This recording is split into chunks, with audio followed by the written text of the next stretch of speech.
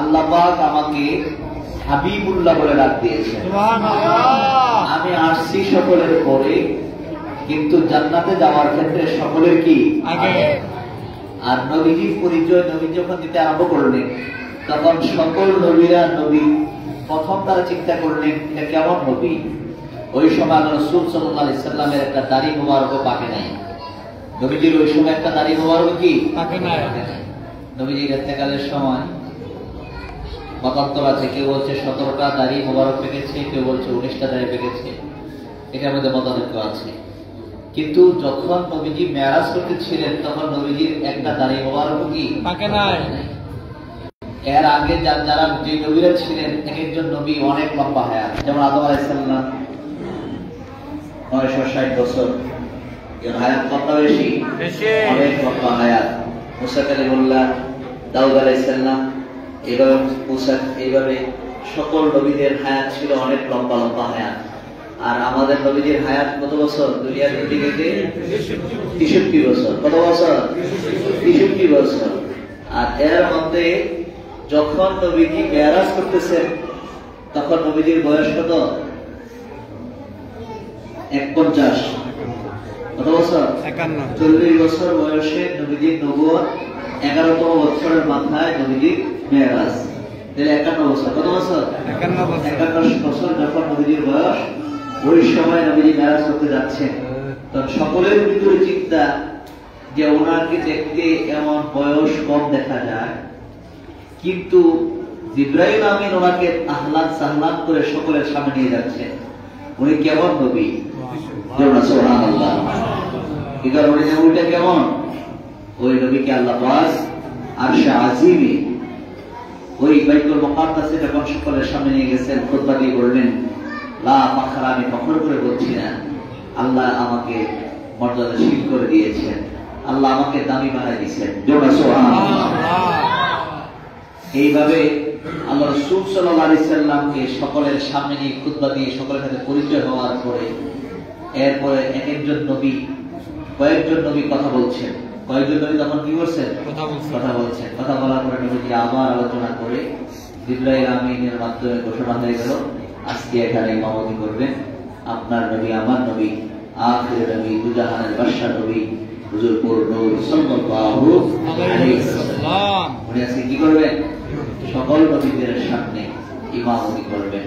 তার সকল নবীদের সামনে নবীজি ইমামতি করলেন, যার কারণে নবীজির কি খুতবার নাম আছে ইমামুল মুরসালিন। ইমামুল মুরসালিন, সকল নবীদের ইমাম। সকল নবীদের কি ইমাম? ইমাম। নবীজি সকলের সামনে ইমামতি করলেন। এরপরে সেখান থেকে মুর্দগমন সফর হয়ে গেল। এই যারা সফর যে করতেছিলেন, বুখারী হাদিসের মধ্যে আছে, প্রথম আকাশে কি আদম নবী, প্রথম আকাশে কি আদম নবী, দ্বিতীয় আকাশে আরেকজন নবী, তৃতীয় আকাশে আরো 2 জন পয়গম্বর, চতুর্থ আকাশে একজন নবী, পঞ্চম আকাশে আরেকজন নবী, ষষ্ঠ আকাশে আবার 2 জন নবী, সপ্তম আকাশে আরেকজন নবী। এইভাবে করে নবীদের সাথে 7 আকাশে 9 জন নবীর সাথে সাক্ষাৎ হইল। কয়জন নবী? 9 জন। কিন্তু আমরা জানি আদম আলাইহিস সালাম দুনিয়াতে আসছেন, আবার দুনিয়াতে তার কবর হয়েছে। দুনিয়াতে আর কি হয়েছে? কবর। এই সকল দুনিয়াতে তার কি হয়েছে? কবর হয়েছে। কিন্তু নবীজি বলতেছেন, আমি যখন মেরাজের রাতে আকাশগুলা সফর করে আকাশগুলা দিয়ে ভ্রমণ করতেছিলাম, প্রথম আকাশে আল্লাহ আদম নবীর নিয়ে হাজির করে রাখছেন। সুবহানাল্লাহ। কিন্তু হাজির করছেন নবীজির ইস্তেকবাল দেওয়ার জন্য। নবীজির কি দেওয়ার জন্য? ইস্তেকবাল দেওয়ার জন্য। তো নবীজিকে আহলান সাহলান করে 7 আকাশ পাড়ি দিয়ে আল্লাহ পাকের কুদরতি জগৎ পাড়ি দিয়ে আল্লাহ পাকের সঙ্গে নবীজি কি হয়েছে? দিদার হয়েছে। কি হয়েছে? দিদার হয়েছে। এখন এই দিদারটা অনেকে মানতে রাজি না। আল্লাহর সাথে নবীজি কি হয়েছে? দিদার করার পরে নবীজির সাথে কথা, আল্লাহর সঙ্গে নবীজি কথা বলার পরে আল্লাহ পাক নবীজিকে প্রথম 50 ওয়াক্ত নামাজ দিয়েছিলেন। কত ওয়াক্ত? 50 ওয়াক্ত। 50 ওয়াক্ত নামাজ দিয়েছিলেন। এই নামাজ নিয়ে যখন আসতেছিলেন তখন ষষ্ঠ আকাশে মুসা কালিমুল্লাহর সাথে সাক্ষাৎ। এখন মুসা কালিমুল্লাহর কবর দুনিয়ায়, আবার ওই দিন মেরাজের সময় দেখা হয়েছে কোন আকাশে?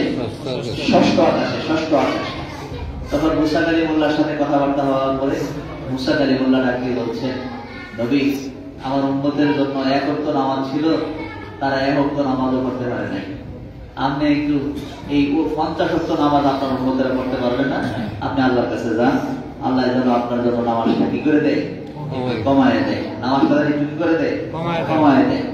এখন মুসা কালিমুল্লাহর কথায় নবীজি 70,000 নূরের পর্দা পাড়ি দিয়ে আল্লাহ দিদার করে যখন আসতেছিলেন নূরের জগৎগুলো পাড়ি দিয়ে, এখানে অনেক লম্বা, ইমাম জালালউদ্দিন সিদ্দি রহমাতুল্লাহ বলছেন, এবং এই যে কি যে লম্বা সফর, এই লম্বা সফর, এই সময়টা শেষ করে আল্লাহর সঙ্গে দিদার করে যখন নামতেছিলেন, এক আকাশ থেকে আরেক আকাশের দূরত্ব নবীজি বলছেন 500 বছর রাস্তা। কত বছর রাস্তা? 500 বছর। এবং আকাশের পুরুত্ব মোটা হলো 500 বছর রাস্তা। তো এই যে জগৎগুলা পাড়ি দিয়ে, সপ্তম আকাশ পাড়ি দিয়ে ষষ্ঠ আকাশে যে আসতে, দূরত্বটা কম না নাকি বেশি? অনেক লম্বা। এই সময়টা পাড়ি দিয়ে যখন আমার এটা আসছে, ষষ্ঠ আকাশে আসার পরে মুসা কালিমুল্লাহ বললেন, আপনার উম্মত পারবেন, আপনি আল্লাহর কাছে আবার যান। যেমন সুবহানাল্লাহ। এখন নবীজি আবার আল্লাহর কাছে গেছেন, গিয়ে বললেন, আল্লাহ আমার উম্মত তো 50 ওয়াক্ত পারবে না, একটু কমাই দেন। আল্লাহ বলেন, 5 ওয়াক্ত কমাই দিলেন। কত কমাইছে? 5 ওয়াক্ত। তাহলে আছে কত? 45। এখন আবার গেছে সপ্তম আকাশ পাড়ি দিয়ে, 30,000 বছরের দূরের জগৎগুলো পাড়ি দিয়ে, পর্দা, একটা নূরের পর্দার পুরুত্ব হলো 70,000 বছর রাস্তা, এক পর্দা থেকে দূরত্ব হলো 70,000 বছর রাস্তা। এই সব পাড়ি দিয়ে আবার আল্লাহর কাছে গিয়ে আল্লাহ পারতো না, একটু কমাই দেন। আল্লাহ কমাই দিয়েছেন 5। এরপর আবার আসার পরে বলতেছেন, পারতো না, আপনি আবার যান। আবার গেছে, আবার কমেছে 5। এইভাবে 9 বার। কয়বার? 9 বার। 9 বার আসা যাওয়ার করবে, 5 কমাইতে কমাইতে 45 কমাইছে, আছে কত? 5। আছে কত? 5। এবার 5 নিয়ে যখন ষষ্ঠ আকাশে আসছে, মুসা কালিমুল্লাহ আবার বলতেছেন, আপনি আবার যান। নবী বলতেছেন, আমি আর যাব না, আমি আমার উম্মতের জন্য দোয়া করবো, আল্লাহর কাছে দোয়া করবো, আল্লাহ যেন আমার উম্মতগুলোকে পাস করার মতো তৌফিক দান করে। আমি পাসের মধ্যে সন্তুষ্ট রইলাম। আল্লাহ খুশি হইয়া সাথে সাথে বলেন, নবী আপনি আপনার উম্মতের প্রতি পাসের মধ্যে সন্তুষ্ট হয়েছেন, আমি আল্লাহ আপনার উম্মতের প্রতি, বান্দার প্রতি খুশি হইয়া পাসের মধ্যে আমিও আল্লাহ খুশি হয়ে গেছি। আর প্রত্যেক ওয়াক্তের জন্য 10 করে, কারণ আল্লাহ বলছেন নেক শুরু হয় 10 দিয়া, এক শুরু হয় কি দিয়া? 10 দিয়া। সাধারণ এক শুরু হয় কি দিয়া? 10 দিয়া। যদি 1 ওয়াক্ত নামাজ পড়ে 10 ওয়াক্তের সওয়াব, 5 ওয়াক্ত নামাজ পড়লে 50 ওয়াক্তের সওয়াব। গোপনে উজ্জ্বল হয়ে গেল 45, বাহ্যিক ভাবে রয়ে গেল 5। কত রয়ে গেল? 5। আপনার উম্মতগুলো যদি 5 ওয়াক্ত আদায় করে 50 ওয়াক্তের সওয়াব। সুবহানাল্লাহ। সুবহানাল্লাহ। যদি 5 ওয়াক্ত নামাজ আদায় করে 50 ওয়াক্তের সওয়াব আল্লাহ পাক আমাদের আমলনামার মধ্যে লিখে দিবেন। সুবহানাল্লাহ।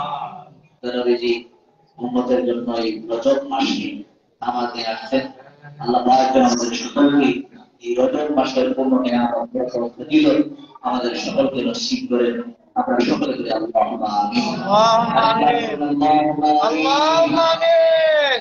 এবার মিলাদ বলে এরপর দোয়া করি।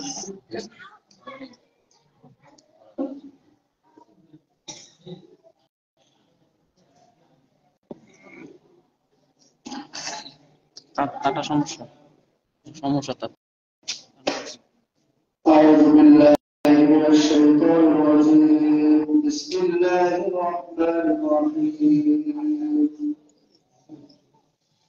إن الله وملائكته يصلون على النبي يا أيها الذين آمنوا صلوا عليه وسلموا تسليما.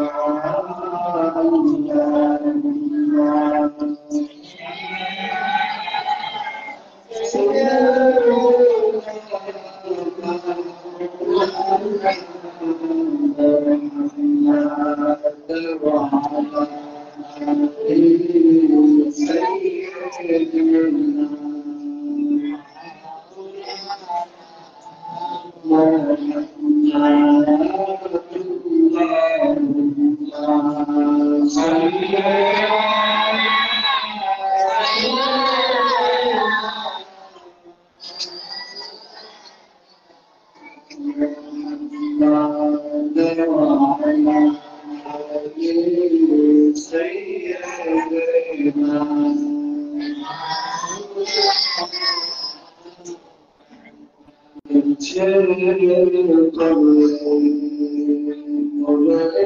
থাকতে পারতে